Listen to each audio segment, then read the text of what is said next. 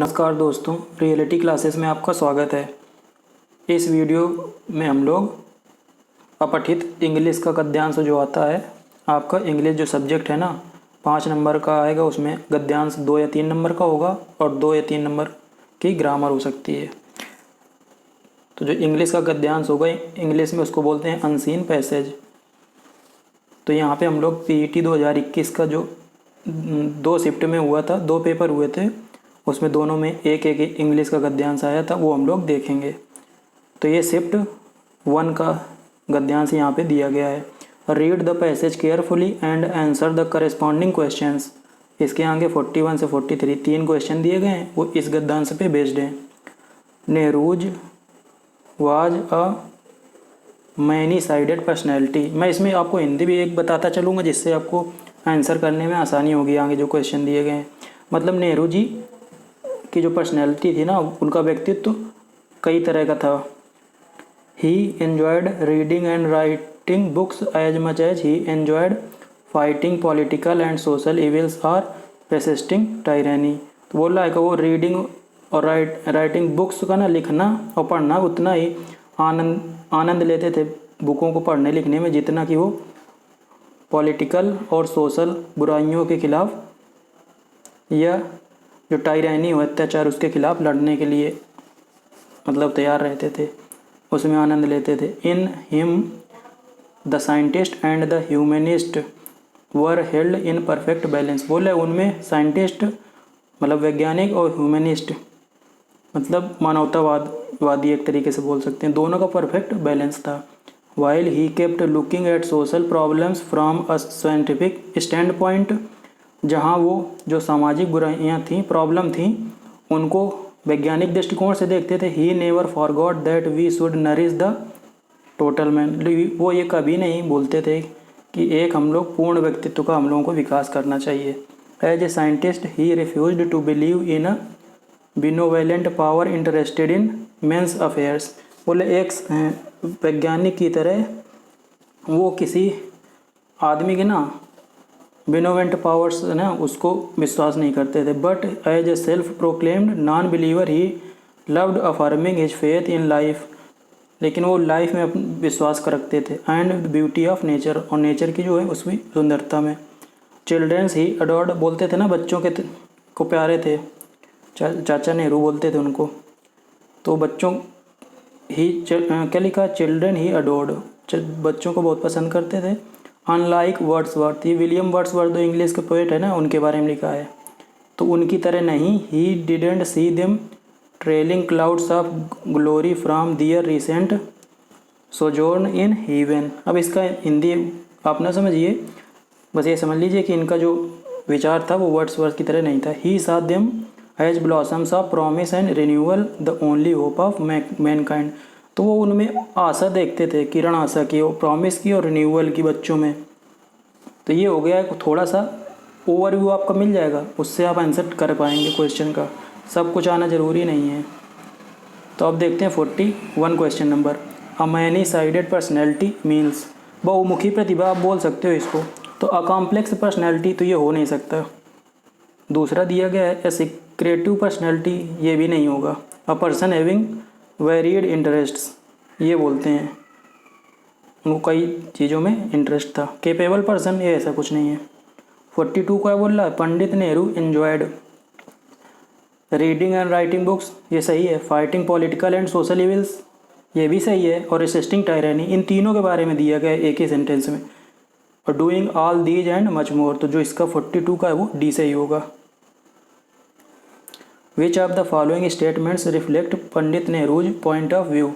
बोला है कि नीचे जो 4 स्टेटमेंट दिए गए हैं उनमें से कौन पंडित नेहरू का जो पॉइंट ऑफ व्यू है वो दर्शाता है, उनका दृष्टिकोण।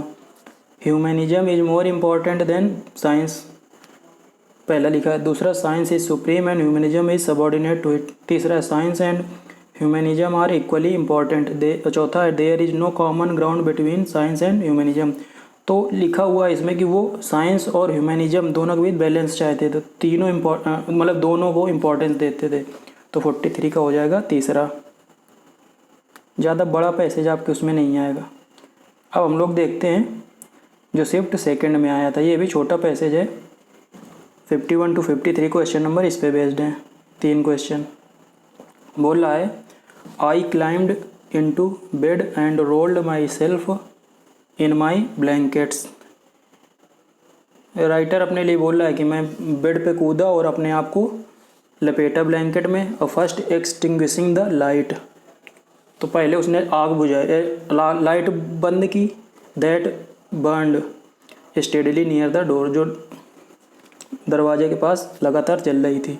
आई lay still trying to get to sleep, नींद लाने की कोशिश कर रहा था। But my fear made that impossible, लेकिन डर के मारे उसको नींद नहीं आ रही थी। And soon I sat up in bed peering into the darkness and occasionally glancing at the round window in the side of the ship which seemed like a plate suspended in the darkness। Actual में शायद जो कहाँ लिखा हुआ है, ship लिखा था ना, साइड ऑफ द शिप, ये जहाज में शायद था। तो बोल रहा है वहाँ से खिड़की से डार्कनेस जो बाहर की है ना उसको देख रहा है, और ऐसा लग रहा है कि एक प्लेट है जिसमें वो बैठा हुआ है। जो प्लेट है वो अंधेरे में सस्पेंडेड है ना, तैर रही है मान लो। For an hour I must have sat like this, वो इस तरह से 1 घंटे लगभग बैठा रहा। And then I was suddenly roused by a draught of cold air, तभी एक झोंका ठंडी हवा का आया जिससे वो चौंक गया। I jumped out of bed, वो बिस्तर से निकला। Not having allowed for the motion of ship I was instantly thrown violently across the room. तो शिप तो तेज़ी से लड़खड़ाने लगा, तो वो रूम में चारों तरफ इधर उधर, मतलब शिप हिलने लगा उसी बीच में, तो वो रूम में चारों तरफ घूमने लगा।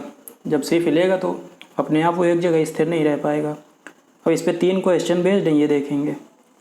पहला क्या बोला, the author jumped out of bed because, पहला he was pushed by someone, दूसरा है a cold breeze blew past his face, और तीसरा है he saw someone coming towards him, चौथा D he heard a faint sound. तो I jumped out of bed, इसमें देखते हैं किस जगह पे है। मैं आपको दिखा रहा हूँ कहाँ पे है। I sat up bed peering, कहाँ है जम्प्ड आउट ऑफ बेड, हाँ ये I was suddenly roused by a draught of cold air, I jumped out of bed. बोला ना कोल्ड एयर का झोंका आया, तो लिखा है इसमें B, a cold breeze blew past his face, तो इसका दूसरा सही होगा। 52 देख रहे हैं।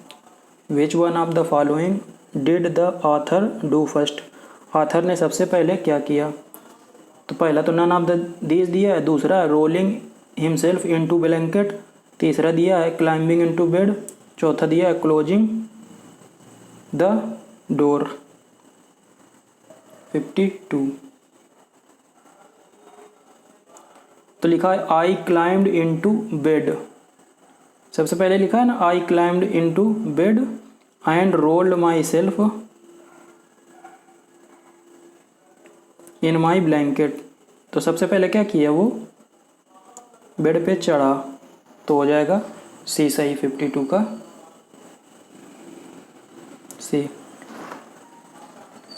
53 क्या बोल रहा है, the Arthur set peering into the darkness because, बोल रहा है कि वो बैठ के डार्कनेस में झांक रहा था अंधेरे में। Because he was afraid, A दिया है, बी दिया है the window had looked like a plate, तीसरा C he wished to see the window, और D he had put out the light. तो जो 53 है ना उसका तो पहले ही सही हो जाएगा क्योंकि वो डरा हुआ था, बाकी इसमें कोई मैच नहीं कर रहे हैं। He the window looked like a plate, इस वजह से वो झांक रहा था, ऐसा तो है नहीं। और वो विंडो से झांकना चाहता था, ये भी नहीं है। और लाइट बुझा दी थी, इस वजह से बैठ गया था, ऐसा कुछ है नहीं, डर रहा था इस वजह से। तो ये 2 पैराग्राफ हो गए। अब इसके बाद आगे के इस पे 2 वीडियो और आएंगे, उसमें मैं नेक्स्ट कुछ अच्छे पैराग्राफ ढूंढ के करवाऊँगा। चलिए मिलते हैं अगले वीडियो में, तब तक के लिए नमस्कार, धन्यवाद।